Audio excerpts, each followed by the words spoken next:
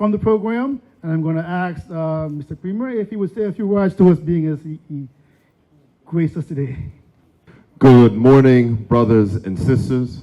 Protocol has been established. It is an honor to be here and to be asked to recognize this day. I certainly was not alive 6 years ago, but as the leader of the Bermuda Progressive Labor Party, I understand the shoulders of whom I stand on, recognizing the work that went through to ensure that workers' rights were protected and recognized.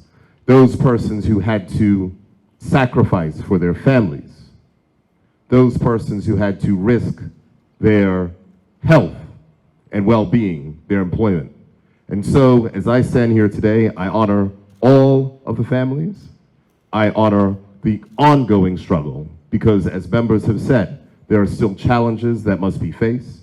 There is still unfairness that exists. And if we do not stand up for what is right, when it is right, we will certainly not go forward. So I want to thank everyone, and it is an honor to be here to address this gathering. Thank you. Thank you, Mr. Premier. Our next speaker is an ardent supporter of trade unionism, a student of history, and someone who speaks and behaves passionately about the things he believes in. He also just happens to be the president of Liberty and Belco, Mr. Wayne Caines.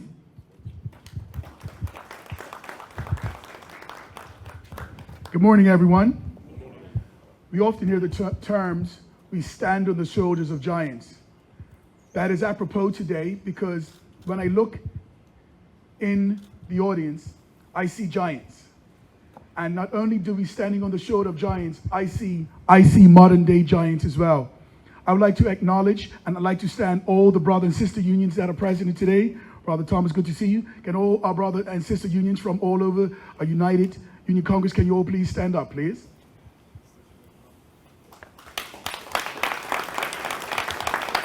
As you stand, we would like to say thank you for what you do in your respective spaces. Bermuda is a better place because of your stewardship and because of your support. We are grateful that you have counted it not robbery to put a pause to your daily tasks to come and celebrate this momentous occasion with Belco. Thank you for showing your support for us by attending today. Thank you very much.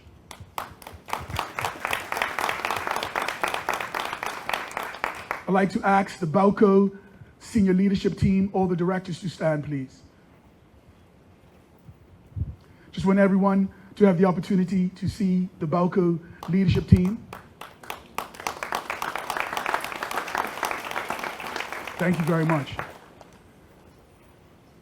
When you think about the history that we've heard about strikes, about petitions, about people being injured, seeing the widow of a man that was imprisoned, I spoke with one of the people in our finance department. She emailed me when we sent out the history, and she said, you know what?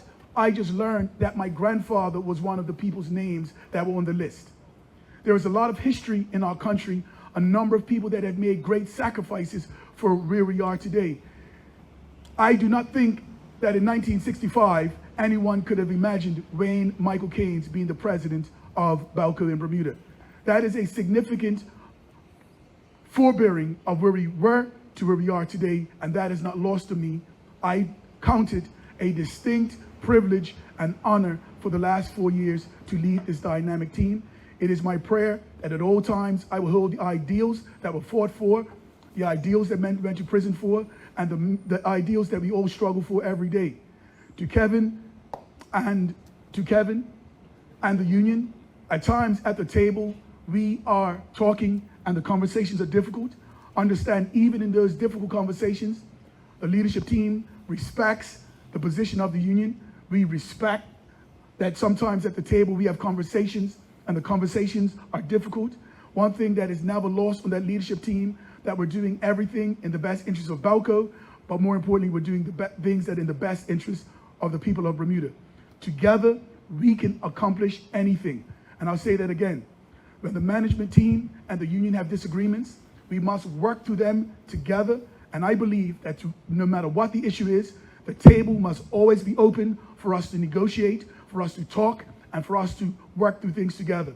This leadership team continues to will continue to highlight and thrust into the public fore that working with our union is a priority for us, and we will always have our union as our partners. And I say that as our partners in running the business in Bermuda. Thank you to everyone present today. Please take time. We've taken the opportunity to do a breakdown of the history in the pamphlet that you can give to your schools.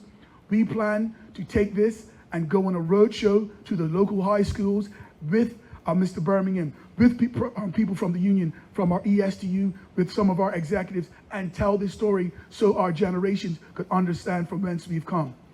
To our communications department, Krista and your team, thank you for everything that you guys have done to make this possible. Please, February 2nd is a significant day in our country's history. I'd like to thank everybody on our team for what you do. Again, we've just come through a winter storm. I have seen the numbers. I have seen how hard you've worked. I have driven by early o'clock in the morning and I've seen the trucks on their post. I have come by late at night and I've seen the trucks on their position. On Sunday, I was heading to a funeral. All of our trucks outside of Custodios, right? And I just want to thank, on